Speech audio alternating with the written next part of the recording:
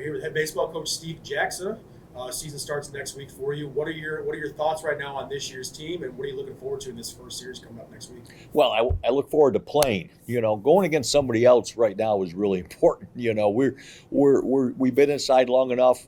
We think we're refined. This weekend coming up, we're going to be up to 5 innings. We'll have 6 of our guys throwing up to 5 innings. So we'll pitch count them near 90 pitches.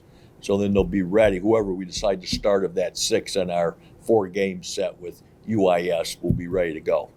And then some of the other guys we start dividing up a little bit, Nick. We go like, 1s and 2s, and splitting it up, like getting guys where if they throw a 1 inning, then they can come back and throw 2. So we do that this weekend too.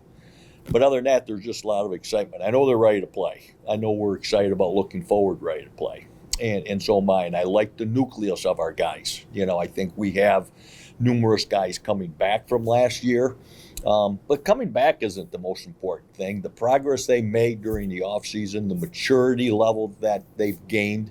And if they haven't done those things, then we won't rise to the occasion. But I think they have. I feel really good about a lot of our guys. We're not a finished product. You don't do that till you actually start playing the game. So we start moving people around a little bit. And roles are starting to be developed a little bit. Not only offensive roles, but defensive roles, and marrying those two things together. And then it'll be the same thing on the mound. We got to make sure those guys are ready to go. What are their roles? Like I said, we identified 6 guys that I think are potential starters, of which 4 of those 6 will start. But then right away when we head to Florida the week after that, we're going to have midweek games. So all of a sudden you're going to need that 5th starter in there. So the plan looks, on paper, looks good, like we're ready to go. And now we just got to get down there and play. Talk a little about the maturity level of this team. Last year we had a lot of freshmen, a lot of sophomores playing big roles for this team. Where have you seen their growth in the offseason heading into this year? And how important was it to get them all that playing time last year? Well, I think there's 2 things that happened that didn't happen the year before. One is you had the 13 games, and then everybody was done. So some of those guys didn't play like at all. And then the summers were also canceled.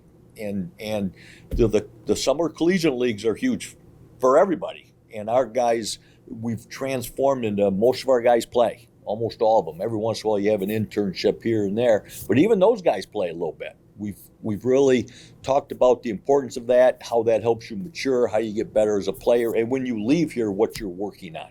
So that is all part of the maturity. So last year, we ended up playing, 34 games, I think it was at the end of the year. NCAA said we could play 40, lost some to COVID, so we ended up playing those games. And then they went and played in the summer, and that was really good, which they couldn't do the year before. And that progression, I think, came back to where, hey, I feel good about a lot of those guys maturing as a group and as individuals. Some of the guys that really stood out last year, Hayden Yachek, freshman of the year. Kendall Anthony's had a really good end of his season, started to really come along there towards the end of the year. Hunter Marilat. There's quite a few other guys, but anybody you want to touch on in particular that you really are going to look to count on this season? Well, it's really funny. I count on the team to pick each other up, and then whatever role there is to help us win games, and you do that a variety of ways. So to sit here and say, you can go right down the lineup. We really like our infield, and we do have to move Hayden around a little bit because, we want him he can play the corners, and then he's got to pitch, so we're doing that a little bit. You pick up Reed Raymond, and I don't like to single a lot of guys out because, then I'll forget somebody, like Shire, he's played a lot of places out there for us, and end up being a second base when Burke got injured at Comerica last year, on a great diving catch. So he went out, got hurt, and so Shire took that spot, but he could be playing a lot of third. He can play short. He can play second, We put him in the outfield because we think he can swing a little bit, Colin Cornwell in center field, been a mainstay out there, had some big hits last year, good player. McLennan at short. Lenny's going to be ready to go again. He's fired up, good player at shortstop, and took that job over a couple years ago, where he's just kind of ready to go, And then when you look at the outfield, Money, we can go right down the lineup, So for me, you're catching, you got Pappard, Jeffrey's now a sophomore. He got a lot of experience last year. Papa's in there. He's been with me a while now. He has an expectation of what's expected out of him, what he can bring to the table. The other Raymond brother is going to help us, catching wise. So we like to have three, and then there's another Cornwell in there too, which says a lot to our team. We got brothers that want to come here. We got sets of brothers, that want to come here, and they're here. And so I think that speaks well to our program recruiting-wise, too, because that's all the basis. We got to recruit well. We got to have the door open where people know they can come here. They got a chance to play, but they got to earn that chance, and that we have a good nucleus. We got good guys. Our guys are good guys. They're good to each other. They know how to play together. They know how to pick each other up. They know how important attitude is. And that's hard when you play a full season. You got to have all those things. You got to be rooting for that guy in front of you and that guy next to you, and accept the role that you're giving. Looking forward to this schedule, we have obviously we open up next weekend, a trip to Florida, and several preseason games before the GLIAC gets going. But how do you see the GLIAC shaking out this year? It seemed like everybody, at any given game, anybody could pop up and beat anybody last year. Do you expect kind of the same thing with the GLIAC this season? I think it could very well be. I mean, it'll be it has been interesting. I have never gone into a year where some years were pretty close, but when you look at the complete standings, it doesn't always shake out that way. But it does. It's good for publicity, and it's important that we go out there and just take care of our own business. So yeah, there are some mainstays. Our conference is a very good conference, as you know. And how it's finished nationally.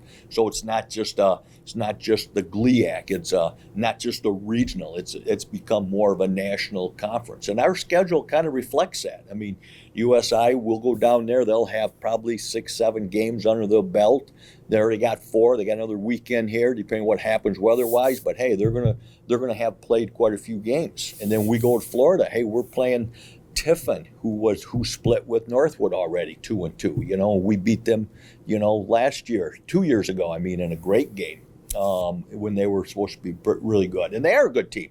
So we're going to play them, and then Ashland, which isn't in our conference this year, but they have been. So we play them in Florida. So our schedule in Florida is good. Play a couple Minnesota teams that I think are very good, and we play a lot of Division IIs. And then later in our bye week, we play Quincy, which is a really good team. So a lot of not only within the conference but outside the conference. So it'll be not only a great test but a great opportunity for us. So I don't look at it so much as it being a test. We're going to be ready to play, and now it's going to be a great opportunity to go show what we can do. I guess I'll just close with this. What do you feel like the ceiling for this team is going into this season? Where do you think this team has the potential to finish?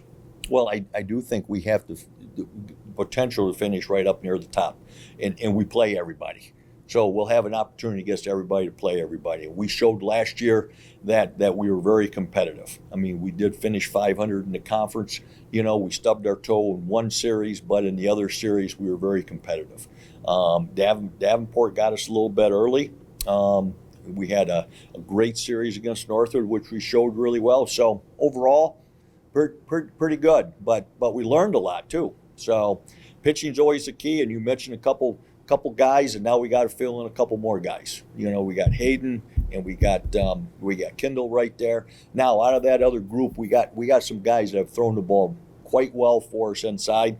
How that translate on the field shouldn't be much different as long as they just allow themselves to continue to progress and to continue to stay with their game plan and trust what they're doing. Trust is a big thing.